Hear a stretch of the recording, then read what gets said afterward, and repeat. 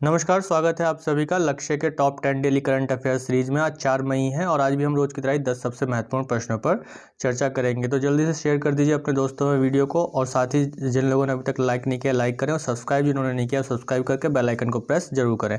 तो इससे पहले हम पहले प्रश्न पर चर्चा करें, देख लेते हैं कल के वीडियो के अंदर पूछा गया प्रश्न क्या था कि करेन विद्रोही हाल ही में खबरों में बने रहे, यह किस देश में सक्रिय हैं। तो इसके ऑप्शंस थे बांग्लादेश, कंबोडिया, म्यांमार या तंजानिया। तो इसका आंसर होगा म्यांमार। तो अभी ये विद्रोही जो है म्यांमार में देखे गए, उन्होंने अभी एक सैन्य जो ठिकाना है या एक सैन्य ठिकाना है उस पर क्या किया है, इन्होंने कब्जा कर लिया है। किस देश के? म्यांमार के सैन्य ठिकानों पर। तो इसी के साथ ही चलते हैं पहले प्रश्न पर। तो आज का पहला प्रश्न है कि Dada Saheb Phalke international film festival award किस अंतर्राष्ट्रीय फीचर फिल्म को प्रदान किया गया। तो ऑप्शन है Jallikattu, Parasite, Golden Temple, square metre.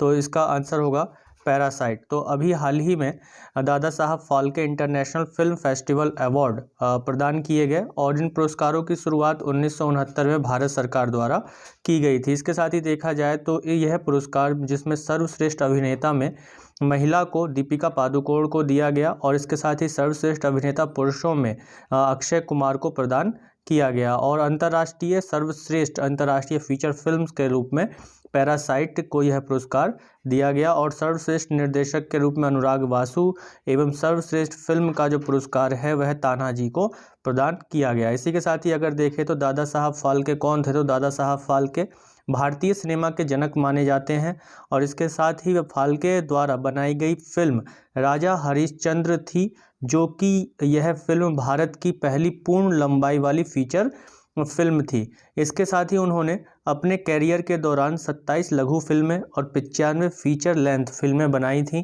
और 2021 में उनकी 151वीं जयंती मनाई जा रही है, और भारत सरकार उनके सम्मान में हर साल दादा साहब फाल्के अंतर्राष्ट्रीय महोत्सव पुरस्कार प्रदान करती है। इसके साथ ही अगर देखें तो दादा साहब फाल्के पुरस्कार क्या है, तो दादा साहब फाल्के पुरस्कार देश का सर्वोच्च सम्मान पुरस्कार है।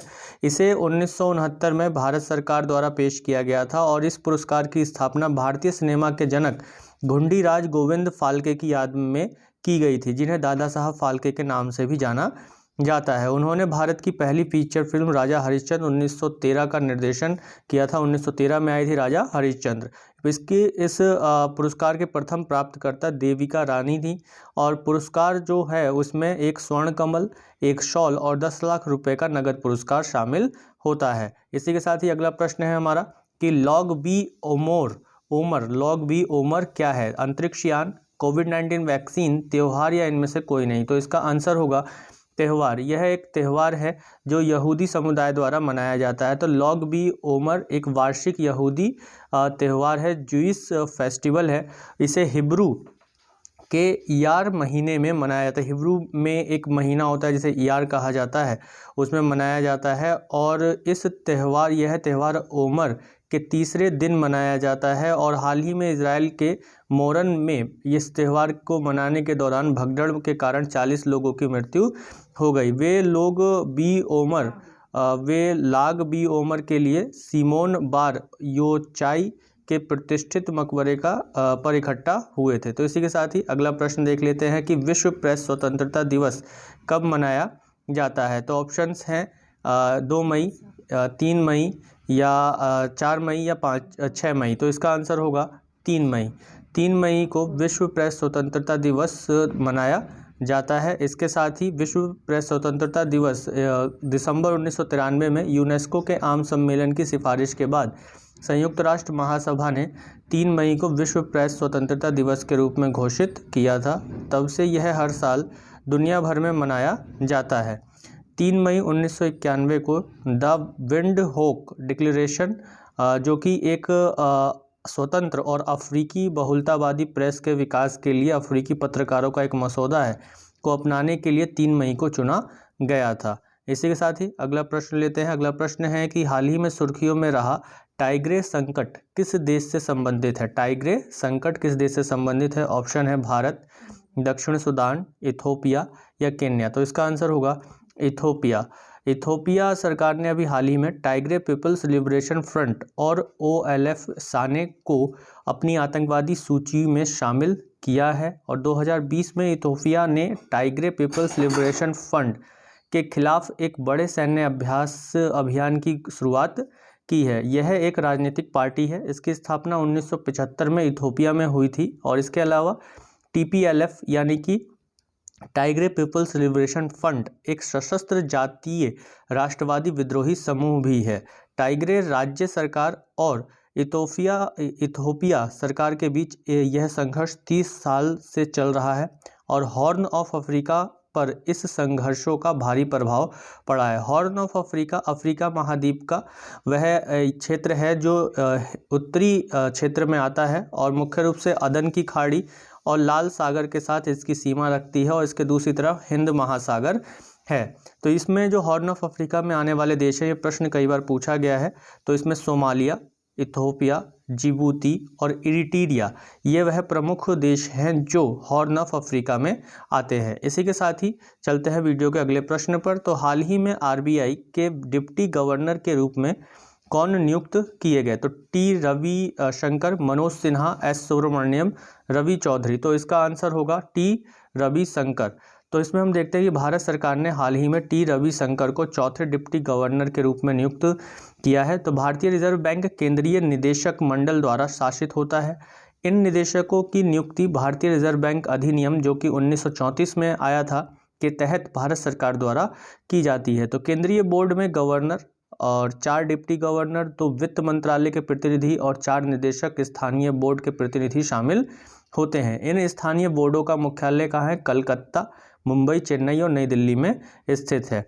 इसी के साथ ही अगला प्रश्न है हमारा कि किस देश ने भारत को P-8I पेट्रोल विमान की बिक्री को मंजूरी दी है? तो ऑप्शन है France, Germany, United states of America या रूस। तो इसका आंसर होगा यूनाइटेड स्टेट्स ऑफ अमेरिका। तो अमेरिका ने हाल ही में भारत को P-81 पेट्रोल विमान की बिक्री को मंजूरी दी है और यह लंबी दूरी का गश्ती विमान है। इसका निर्माण बोइंग ने भारतीय नौसेना के लिए किया था। यह P-8A पोसाइडॉन P-8A पोसाइडॉन का एक वेरिएंट है। पोसाइडॉन का उपयोग अमेरिकी नौसेना द्वारा किया जाता है। P-8I समुद्री गश्ती, पनडुब्बी युद्ध, टोही मिशन और निगरानी करने में सक्षम है।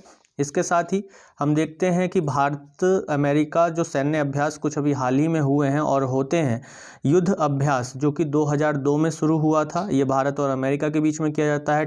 टाइगर ट्राइफ यह भारत द्वारा अमेरिका के साथ किया जाने वाला प्रमुख सैन्य अभ्यास है और भारतीय वायुसेना, भारतीय सेना और भारतीय नौसेना के तीनों बल इस अभ्यास में भाग लेते हैं टाइगर ट्राइफ में। और किनके बीच होता है? भारत और अमेरिका के बीच। इसी प्रकार वज्र प्रहार यह अमेरिका और भारत के विशेष बलों के बीच आयोजित एक अभ्यास है। तो इसी के साथ ही चलते हैं अगले प्रश्न पर। तो अगला प्रश्न है कि किस देश में दुनिया का सबसे लंबा पैदल यात्री निलंबन पुल खोला गया? तो ऑप्शन है चीन, पुर्तगाल, इटली या इनमें से कोई नहीं। तो इसका आंसर होगा पुर्तगाल।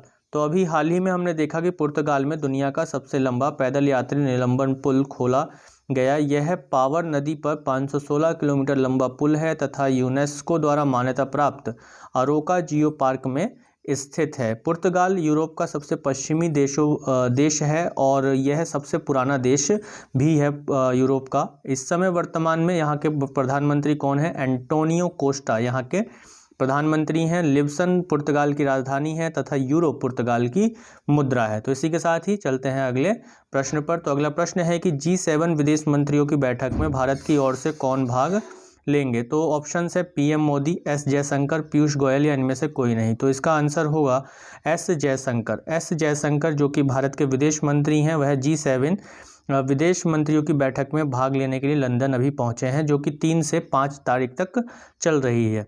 इसी के साथ ही इस बैठक का मुख्य उद्देश्य जलवायु परिवर्तन, कोविड महामारी और विश्व की भू राजनीतिक स्थिति पर चर्चा करना है। इसके साथ ही भारत को 47वें G7 शिखर सम्मेलन में अतिथि के रूप में भी आमंत्रित किया गया है, जिसका आयोजन 11 से 15 मई यूनाइटेड किंगडम में किया जाएगा। क्या होता है G7 क्या है, या ग्रुप ऑफ 7 या 7 का समूह क्या है? वो तो G7 दुनिया के 7 यानी कि 7 दुनिया के 7 उन्नत अर्थव्यवस्थाओं का एक अंतर्राष्ट्रीय अंतर सरकारी इंटर गवर्नमेंटल इकोनॉमिक ऑर्गेनाइजेशन है, आर्थिक संगठन है।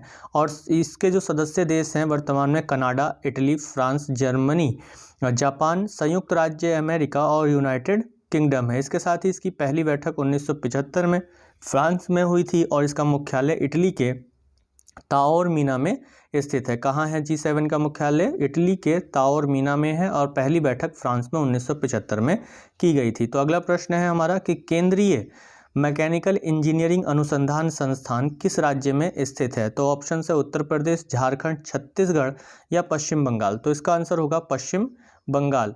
तो अभी वैज्ञानिक और औद्योगिक अनुसंधान परिषद केंद्रीय मैकेनिकल इंजीनियरिंग अनुसंधान संस्था एक सरकारी संस्थान है जो इंजीनियरिंग अनुसंधान और विकास में कार्यरत है। इसके साथ ही यह पश्चिम बंगाल के दुर्गापुर में स्थित है और अभी हाल ही में इस संस्थान ने कई निजी संस्थानों में ऑक्सीजन संवर्धन इकाइयों यानी कि ऑक्सीजन के निर्माण की यूनिट्स के निर्माण के लिए टेक्नोलॉजी को ट्रांसफ़र किया है, इन्होंने टेक्नोलॉजी दी है। तो इसी के साथ ही चलते हैं अगले प्रश्न पर कि निम्बस किस देश की प्रमुख क्लाउड सेवा परियोजना है? तो ऑप्शंस हैं जापान, दक्षिण कोरिया, इजराइल, लीबिया।